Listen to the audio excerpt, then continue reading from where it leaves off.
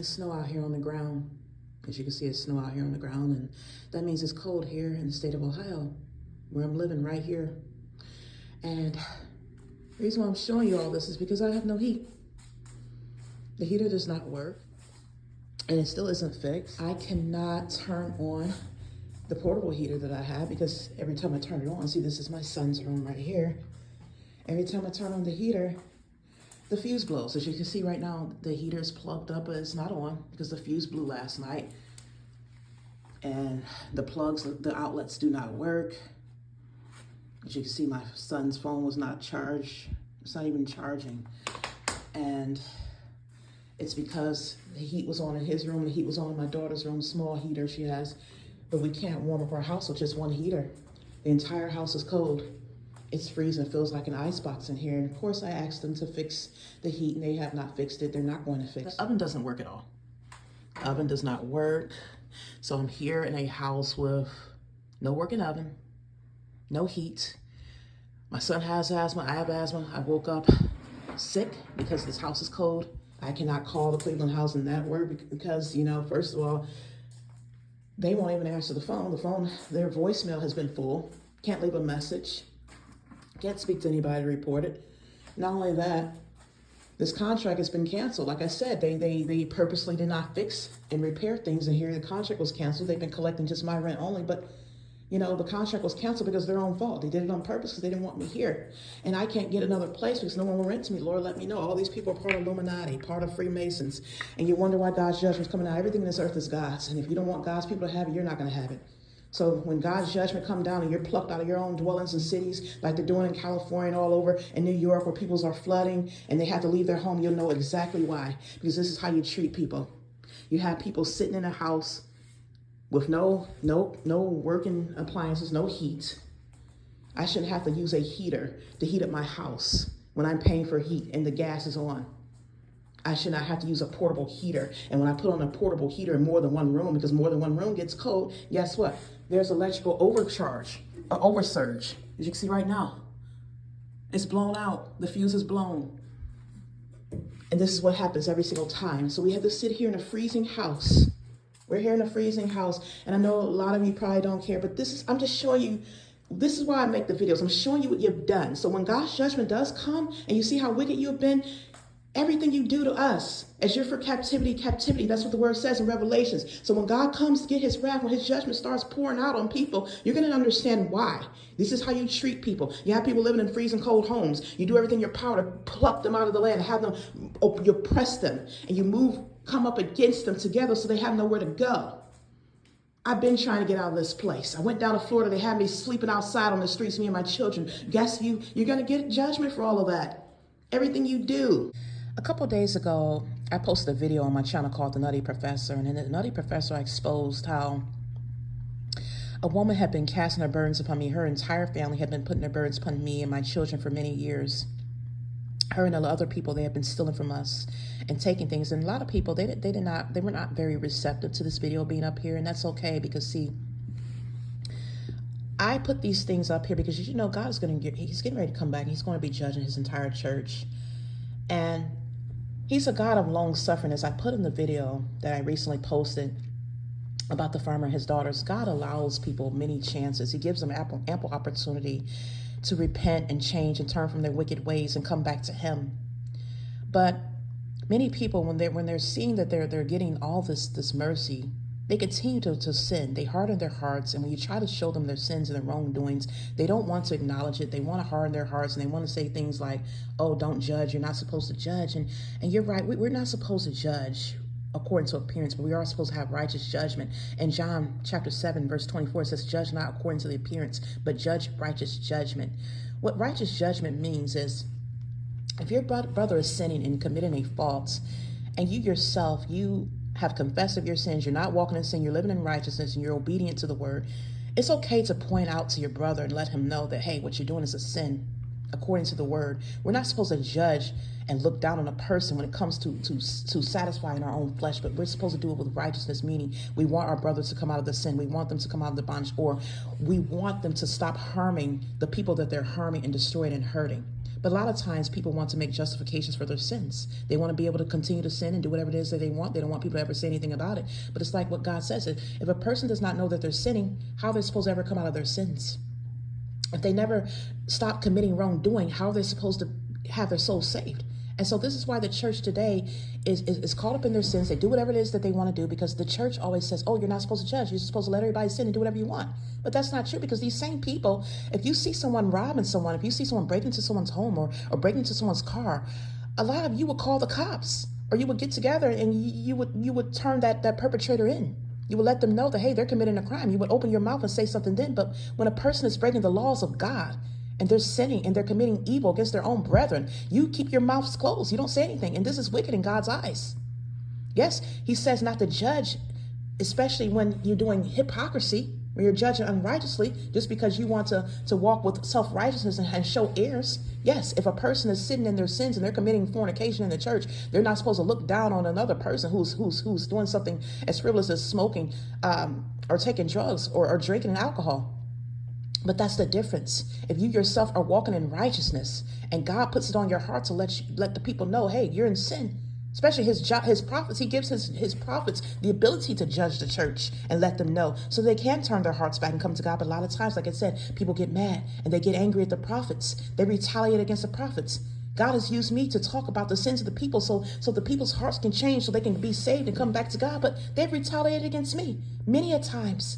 They retaliate so much against me that they've covered up abuses. They've abused my children. They've attacked my kids. They've taken things from them. And as a result, I lost my kids. My kids were taken out of the house. Abuses were covered up. They kept me from having jobs. They took all my personal possessions from me. They destroyed my personal possessions. They right now have me living in a house where I have no heat.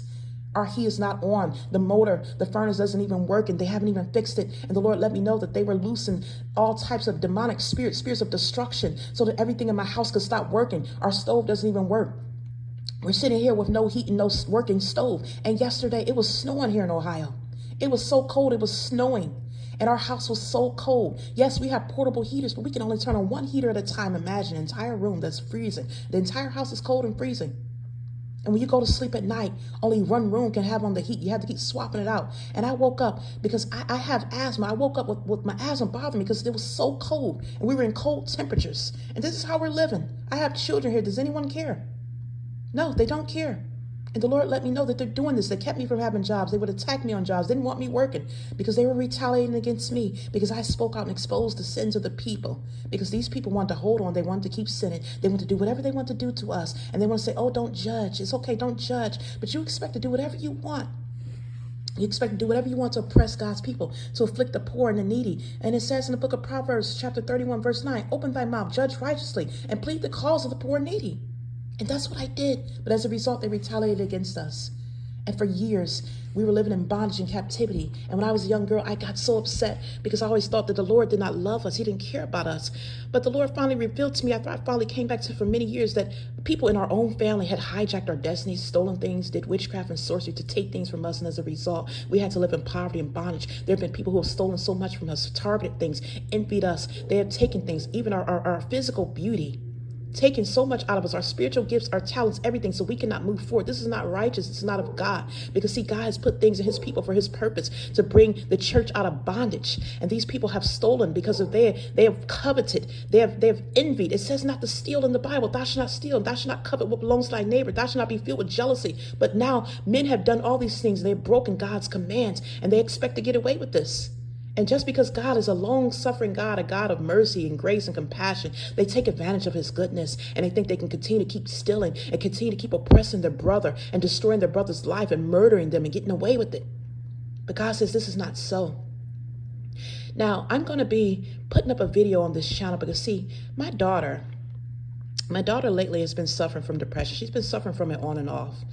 And lately, she's been talking about wanting to self-harm herself, because of things that's been happening to her, things that happened to her while she was in foster care. She was in foster care for 3.5 years. And she finally came home around the end of May of this year, close to June. And when she came home, she was morbidly obese. She was so huge. And my daughter had always been a small girl. Her entire life, she was very small. She was a beautiful girl. She was born with beauty. She was always beautiful. And she got a lot of attention because of her beauty.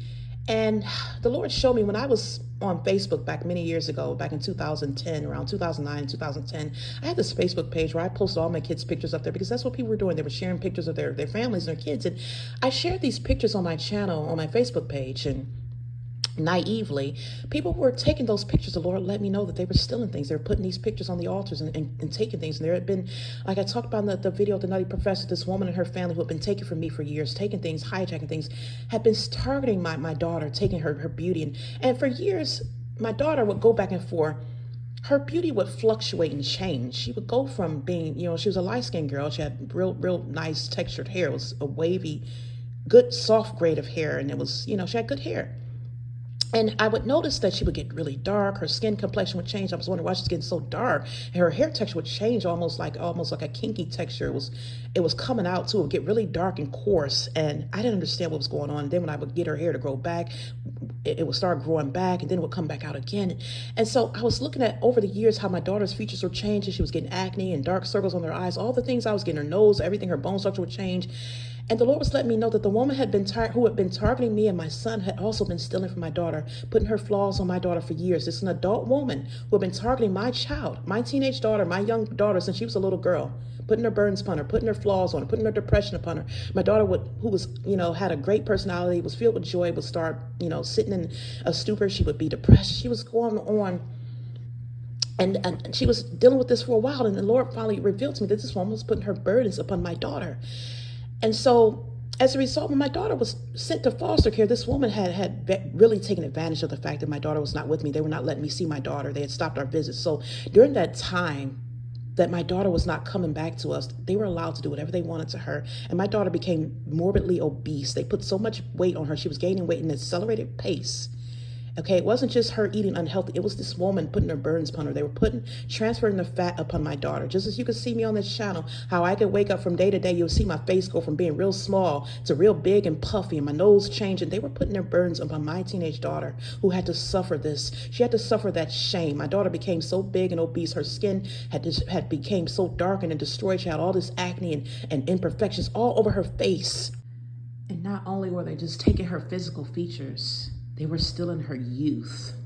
As I talked about it, in Stolen Beauty, they take the youth. As you can look at my daughter's hands, her hands are very wrinkled. Her face started looking dull. Her skin was no longer radiant. She didn't have that youthful glow to her skin. Her skin would look dull and aged and dried out, the same way I talked about with me. This woman kept stealing the youth, taking her youth from her. And she even talked about how she looks so old. Sometimes she still says she looks like she's 50 years old. They stole the youth from me, my daughter, and my son. He looks old. They're taking the youth. This is how you see 50 and 60-year-old women walking around still looking like they're 30 years old. Still looking like they're in their 20s and their teens because they're stealing the youth. And my daughter had to bear this burden of them taking her beauty, her skin, her youth, her glow. They destroyed her body. I mean, she was very small. She was always small. Her bones were small. She was slim. She was never obese or overweight. And when she went to foster care, she complained about how she was always hungry. Her whole appetite changed.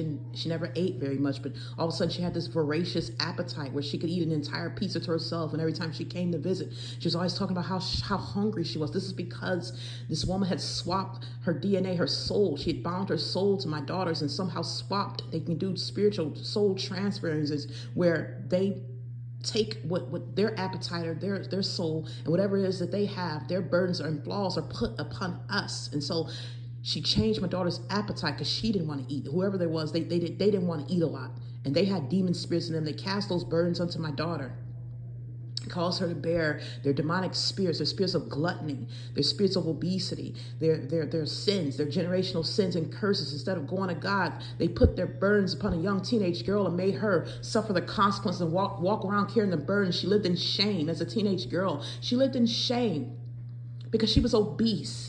And she was young, she was youthful, she looked old, she was obese, her skin was destroyed, ruined, acne, and all types of imperfections. And she had a young, flawless, youthful complexion, radiant glow. And all this was allowed to happen. This happens all the time, all over the world to many youth, to many people. This is why you see young teenage boys who are great, virile, all of a sudden having a heart attack and falling out. People don't know, they're not opening their eyes, because what the enemy has deceived people. They're using sorcery and witches. This is why he said in Exodus 22:18, suffer not a witch to live, because they're doing these things.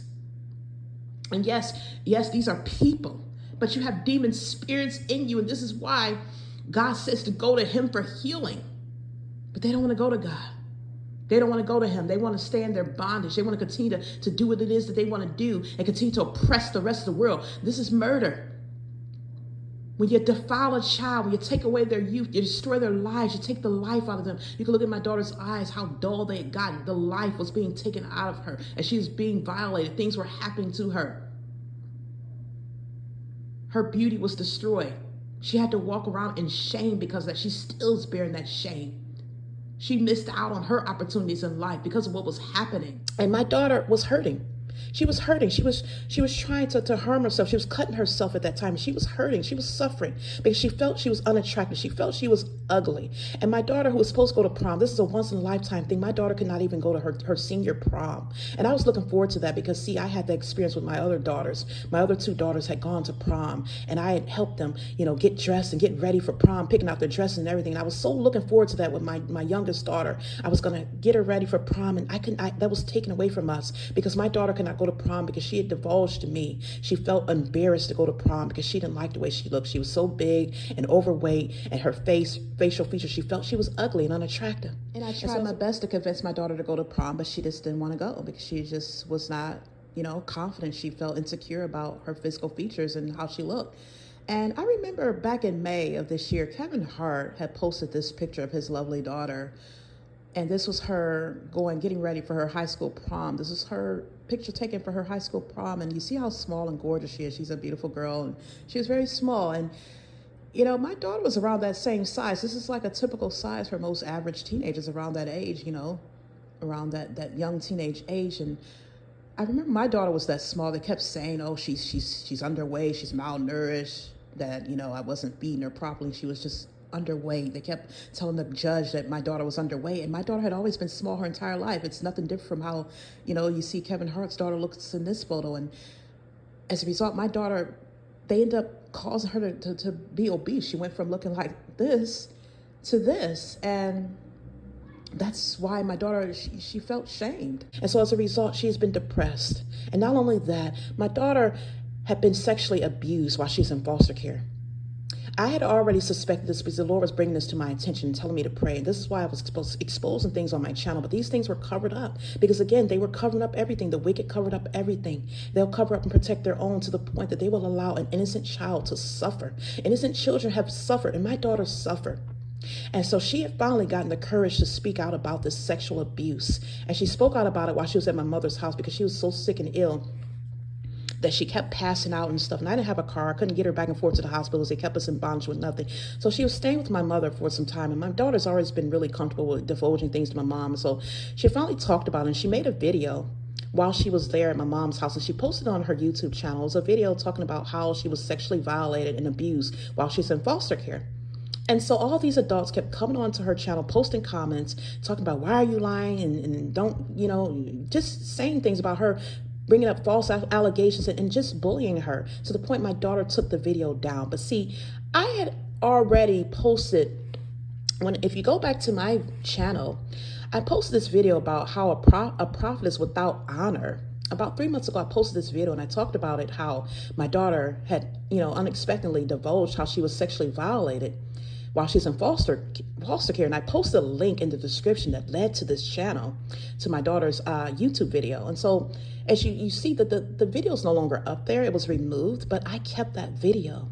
And so I'm going to post that video here. I'm going to post in a little bit so you can see that video, because see, the Lord had brought it to my attention that they're setting up again because they want my daughter, they're trying to cause her to do something to self-harm. They want to blame it on me and make it seem as if it's my fault, and because I, didn't get my daughter help and she's mentally ill and I didn't get her the counseling and help that she's supposed to have. And it's the same tactics they used with my son about a few years ago when they took him back out of the house. These are the same people that keep relentlessly, stubbornly pursuing us. Because see, when you're filled with pride, you'll do everything in your power to try and cover up your wrongdoings and make it seem like the other person is the fault. And what they have done is they've tried to set it up and basically say that I'm the one who calls my daughter to self-harm, because lately my daughter's been talking a lot about not wanting to live and self-harming, and we've been trying to get her therapy. See, we were going through the board of MRDD, and the counselor who we were talking to, for some reason, she had contacted the caseworker that we had, and we're no longer dealing with them anymore. See, we have no ties to foster care. We have no ties to children family services or the juvenile court system, because my children were both returned home. They were placed back in my custody. My daughter was emancipated. And so I didn't understand why they were coming back to our house, or why this woman was involved with my caseworker. So my daughter did not feel easy about it. She felt very uneasy with seeing this particular therapist that was through the Cuyahoga County Board of MRDD, because she said that she felt that she was just terrified that they were going to call, our old caseworker, our previous caseworker, and send her back to her foster parents' house. And she did not want to go back there. So we've been trying to go through another agency. We got a referral. We've been trying to go through another agency. They canceled the appointments. We had sessions that were with the Rape Crisis Center, and that was been canceled and rescheduled. And so we have not really been able to get the counseling and therapy. We're still in the process of getting that done. But my daughter has been feeling, depressed. And so I've been praying for her and everything. And so the Lord let me know that they're trying to set it up to cause her to harm herself, to say it was my fault. And like I said, it's the same tactics. So as you know, if it says that in the Bible, there's a scripture in the Bible that says that he who diggeth a pit shall fall in it. And those who roll a stone, it should come back upon them. So I'm looking at Proverbs chapter 26, verse 27. It says, whoso diggeth a pit shall fall therein, and he that rolleth the stone, it will return upon him. So basically, everything you set out for me, they've been trying relentlessly to set up things to cause me and my children to basically cause problems for us. And they've been doing this for a long time. And so every net that you set out for us, for God's people, you're going to fall on your own nets. I talked about this before. So I'm going to go ahead and post this here, because see, my daughter has been suffering because of not only what this woman putting her burdens upon her, destroying her beauty, casting her flaws upon her, destroying everything about my daughter, being forced to carry the shame of this woman. This woman has put her shame on my daughter, and it's been allowed to happen. But my daughter was also sexually violated, and she's felt frustrated because she cannot get any type of justice. Okay, she sat here and she has not gotten justice. Her voice has been stifled. She had made videos on her YouTube channel when she was in foster care to talk about it, and they made her delete all of her videos. This is why she has no videos on her channel. When I posted videos on my page, they block it, they retaliate against me, and they would take my daughter's phone whenever she tried to speak out. This stuff has been covered up for too long. And see, the kingdom of darkness has been covering up the abuse of children. This is wicked. And God's going to judge the earth. He's going to judge man according to your works. When you cover up things and you're abusing his children, he said the children are the greatest in his kingdom. And whosoever calls any of these little ones who belongs unto them, it would be better if a millstone be cast about their necks and they be tossed to the sea. So God has wrath reserved for people who mistreat his children. And so this video, the Lord was letting me know that they're trying to set something up. And so if something does happen, I have been praying for my daughter, and I know that God's protecting her and covering her. I ask the rest of you who are Holy Spirit filled and you're of God, that you will pray for me and my family and my daughter as well. But the truth needs to come forth. And so I'm going to go ahead and post this video, because like I said, I kept it. Even though it was deleted from my daughter's channel, I've kept a copy of this video. And I'm going to put this video right here so you can see where my daughter talked about child abuse. I'm sorry, about being sexually abused while she's in foster care. So if anything ever happens, you'll know exactly why. Hello, it's me, Chuck Red. And I was in foster care for 4 years, and I was molested in the shower, like naked, butt naked in the shower. And I haven't let it out, and I was kept at it so long, and people, okay, I don't want nobody to think I'm gay, and being fucking molested is not funny, and I hate this shit, and I can't fucking tell you this, that being molested, raped, assaulted in foster care, you can just tell someone. If you're being hurt in foster care, you should call the cops. If you feel like you want to commit suicide, have a suicide hotline, to call them, and don't self-harm yourself, and don't keep it to yourself, and you can just speak it out, and don't keep it so long. And so Yeah, so I was like 15, 16 years old. I'm 19 years old out of foster care. I was in there in 2020 and being molested, raped, and she was naked too. My foster mother was naked too. And I was in the shower naked, trying to take a bath like a normal person. And she come in and molested me. So that's my story. Well, as you saw from that video, my daughter said she was sexually violated, and this was covered up for a long time. She had been making videos throughout her time in foster care talking about a teacher had sexually violated her, and I knew then that what my daughter was saying didn't make sense, that there was no teacher. She had never talked about a teacher before, and she was trying to speak out in so many different ways, and they were covering it up and blocking it, and this is why she's feeling like she wants to self-harm, because, see, my daughter was disabled. She was a disabled child, and no one protected her. These people, all these adults were allowed to come up against her, put their burdens upon her, violate her, sexually assault her, do these things to her. My son, myself, they came against this entire family. And I'm only talking about this now because, see, God is ready to judge. All those who help cover up the things these individuals have done to us, all those who protected them, helped them put their burdens upon us, helped them violate, covered up the abuse of children. These are children who were sexually abused, who were mistreated, who were assaulted, who were attacked. And no one's done anything about it. God's going to hold everyone accountable. I'm just letting you all know that, because Judgment Day is coming very soon. God is judging this earth. He's coming back, and you won't be making it to his kingdom by covering this stuff up and allowing this to go on. My daughter's innocence was taken from her. She was defiled. And the Lord had let me know that this woman, even though this woman has sexually violated me, I talked about it before on my channel, that when my daughter was saying things that were happening to her, that she was being sexually assaulted and she couldn't see anyone, the Lord had let me know. And finally let me know these people were astral projecting out their spirits. They're using sorcery. And the same as when I talked about how this woman had done this to me, they were doing the same to my daughter all along. And this is how they form soul ties. They form their soul ties by doing these things to people. And as you can see, my daughter was a victim. She suffered for a long time and no one believed her. And as a result, she had to be taken out of her home and separated from her family. And she's still dealing with the burdens of it. My son's still dealing with the burdens of it. We have nothing. They oppress us. They attack us. They keep everything from us. But God is going to come forth and get justice. There's no justice for the righteous, but God will get justice. He will get justice and he will judge the wicked.